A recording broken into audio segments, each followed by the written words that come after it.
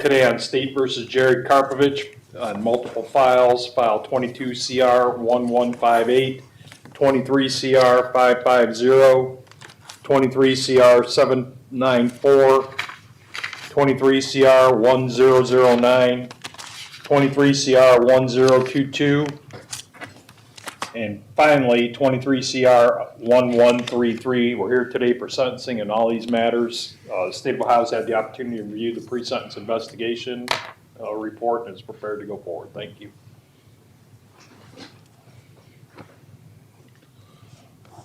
All right, this case was set for sentencing on February 1.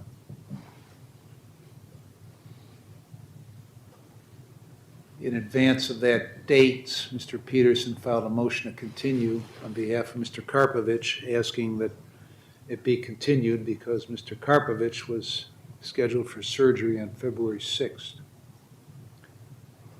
So at the end of that hearing, after quite a while, I continued it to afford the opportunity for the surgery. It was set sometime in March.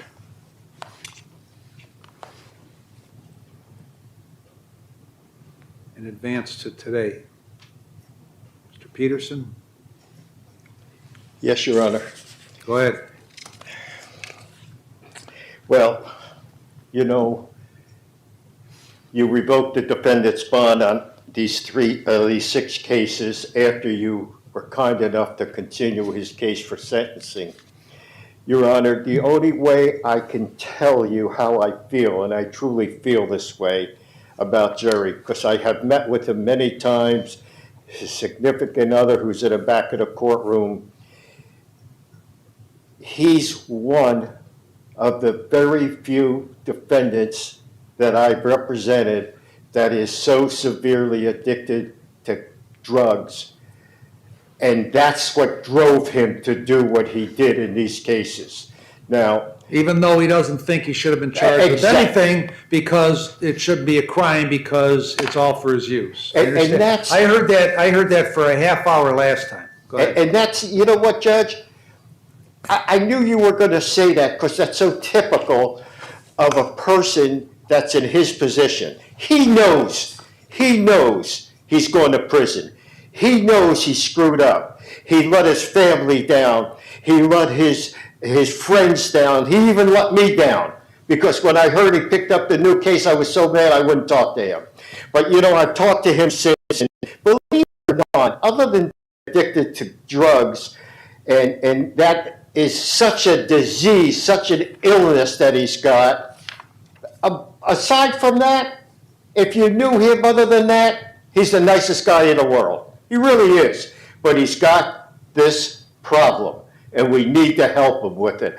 I'm going to ask you not to throw him away. How on God's green earth can I help him if he won't bother to and is not concerned with helping himself? Go ahead. How do I answer that question? I have no idea. That's why I asked you I'm the struggling to figure out an answer. Maybe this time that you send him to prison, when he's away from all these friends and all these drugs, that'll help. That's all we could do. We could hope. Maybe all the people he hangs around with will be better off since he's not around. No question. How could I argue that? Of course. There's no question about that. But I'm going to just say to you, Judge, you know me a long time. We just finished the case. I'm going to ask you to take into consideration his age, 45 years of age. He's been involved in drugs all his life. And I'm going to tell you something. As you know, you had his brother, who you gave many, many years in prison. His whole family's involved in drugs. That's how he grew up. I'm going to ask you to take into consideration whatever facts you can in relation to this defendant as far as his involvement. Never had a crime of violence that I know. I don't think he's ever had a crime of violence, always drug related. I'm going to ask you to search your mind and your heart to see what's the best thing to do for him. And he would like to address the court. Go ahead.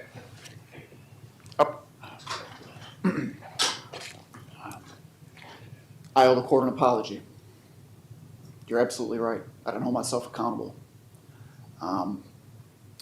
When Judge Malczewski gave me an OR bond, I thought I was going to get out of jail again for a couple of days, to find out that my couple bonds here got revoked. I was so angry. I didn't have anything nice to say about the court or the whole situation. Then they let AA come back into the jail. I attended the 2 meetings back-to-back Wednesdays, and something Billy said was something about you got to just tell one less lie a day. And I told my family that that the last case that I caught, that the police confiscated a couple $1,000s. Well, that's not true. I lied. I spent the money. I spent the money on drugs. And then, once I got my family on the phone, I told my son and I told my girlfriend, it's their responsibility now at this point to save the house, which could potentially be headed back into foreclosure. And at that point, I realized that, yes, my drug use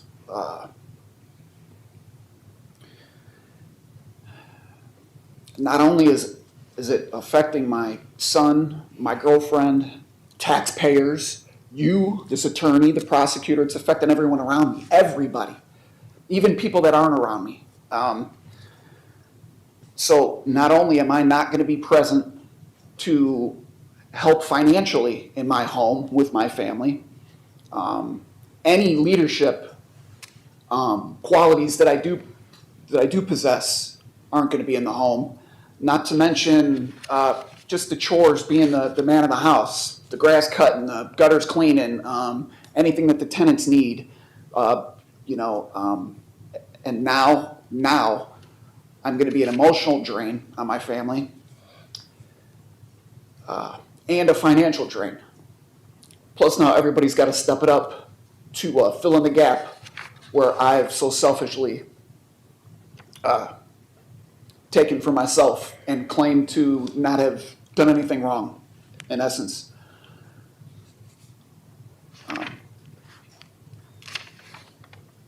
Apologize to the courts. I know that I'm going to prison. You knew that last time. You knew that on February 1st, right? Yes, I did. Yes, I did.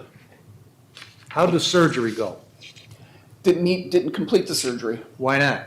because I used drugs again. Okay, so I continued that February 1st sentencing to afford you the opportunity to have the scheduled surgery on February 6th, because you stood there and told me how bad the condition was, had Mr. Peterson go to bat for you and tell you how you needed the surgery because they would do a lousy job in the prison system. You took off your sling, took off the package, and showed me how bad it was.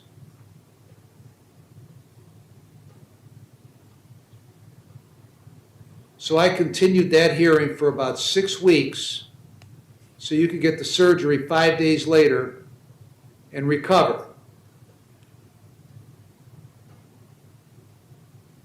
Right? Isn't that what I did? 90% of it is accurate. I was meeting with the orthopedic surgeon for them to determine whether or not I needed surgery. But yes, you're Well, right. that's not Yes. the information communicated to me. Okay? Maybe you should have told me on February 1st that you were to meet with them. Okay? I'm fairly certain I All right. So, how did your meeting go on February 6th? never happened, Your Honor, because I Right. started using drugs again. Okay. So that leads me to my next question.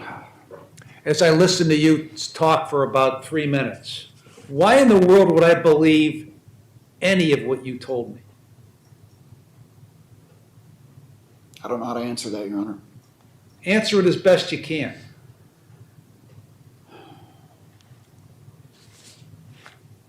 can't.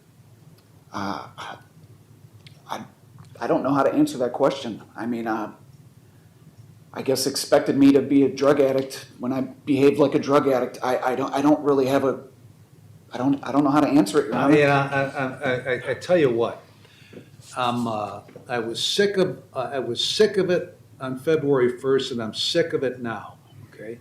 Because everything that you say, everything that you do revolves around you playing the part of the hapless drug addict who can't do anything about it. And I'm sick and tired of it. The reason that you don't do anything about it is because you don't do anything about it. In the last 2 days, 2 separate cases, I've had 2 young ladies who were terrible, terrible heroin addicts who've been off it for the space of about 4 or 5 years. So what they did was they did something about it. You don't want to do anything about it. You like to wallow in your own self-pity. That's what you do best. And you come here and tell me how mad you were last week when I revoked your bond, and then how all of a sudden Billy came in and now you see the light. That's nonsense. Go on, roll your eyes and shake your head. I don't care, okay? Because you've earned the position you're in, which is for me to never believe another word you ever say. You've earned that. That doesn't come easy.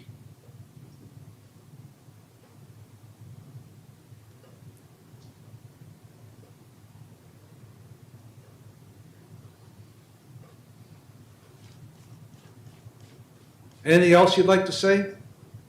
No, Your Honor. Sit down. Be careful. Mr. Geigrich?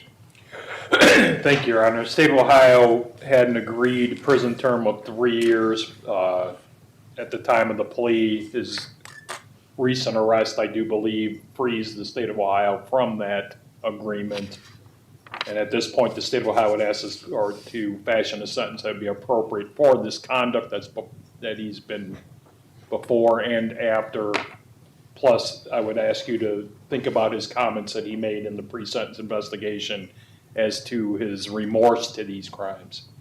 And the last thing I would add is that anything less than actual incarceration would demean the seriousness of these offenses. Thank you. Well, it's mandatory incarceration on 1133, right? Yes.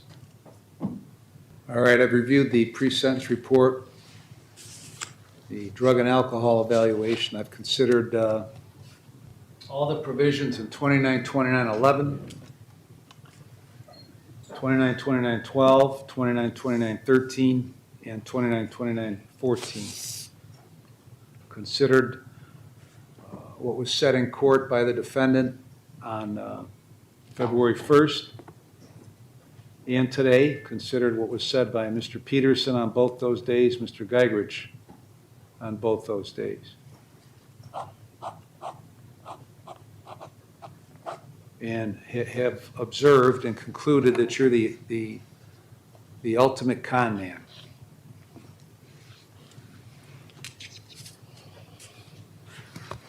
On the 22-11-58, you were caught with crack, meth, pills, and a scale. 23-5-50, meth. 23-10-22, heroin and meth. 23-7-94, meth, crack, and powder cocaine. 23-10-09, heroin, crack, scale with residue, 400 in cash, 263 in cash, 25 in cash. 23-11-33, 8.9 grams of crack, 22.2 grams of baking soda. Can't imagine what that's for. 23.8 grams of cocaine, 2.4 grams of meth, a digital scale, and a glass measuring cup. Can't imagine what the baking soda, the scale, and the measuring cup were for. What was the baking soda for? Turning cocaine into smokable crack. What was the scale for? For making sure I purchased what I got what I purchased, and for if I attempted to sell something, that I gave them what they paid for. And what was the glass measuring cup for? For turning powder cocaine into crack. So I think we had a discussion on February 1st about the scale. And this is the first time you told me that to make sure what the amount you were selling was correct. Sure. You didn't tell me that last time. Because I'm a frickin' liar. What? Because I'm a frickin' liar. You are.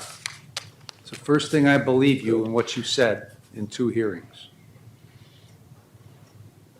Good. On 22-11-58, on count 1, the F3, I sentence you to 36 months in prison. On count 2, the felony 2, I sentence you to a definite minimum of 4 years up to an indefinite maximum of 6 years in prison. Those 2 counts will be concurrent to one another. Credit for 6 days.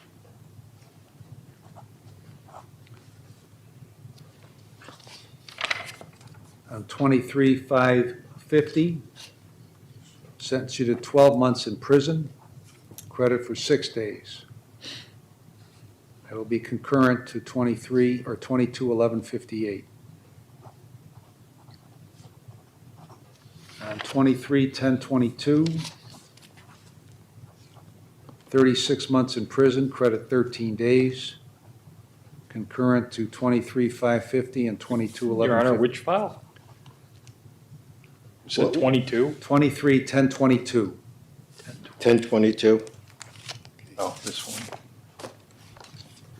36 months, credit 13, concurrent to 23-5-50 and 22-11-58. Wow. Good.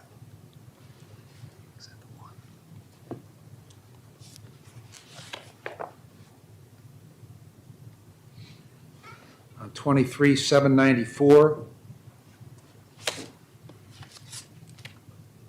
24 months, credit 14 days. On 23-10-09, 12 months, concurrent to 23-10-22, concurrent to 23-5-50, concurrent to 22-11-58.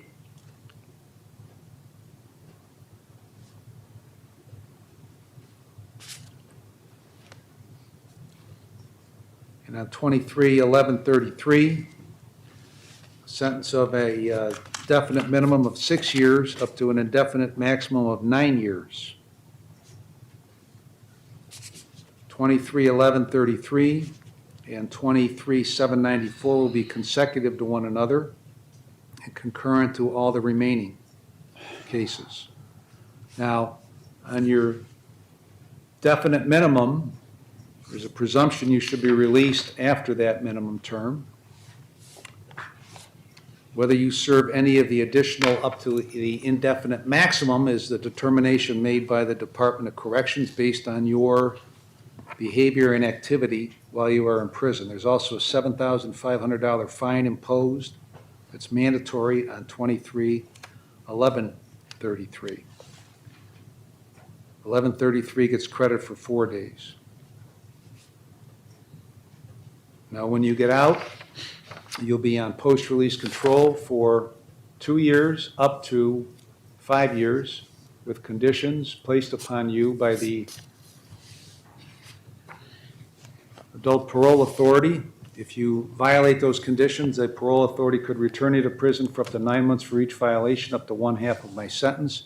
If your violation is a new felony, you could get an additional consecutive prison sentence for that violation, the maximum of which would be the greater of 12 months or the time you have left under post-release control.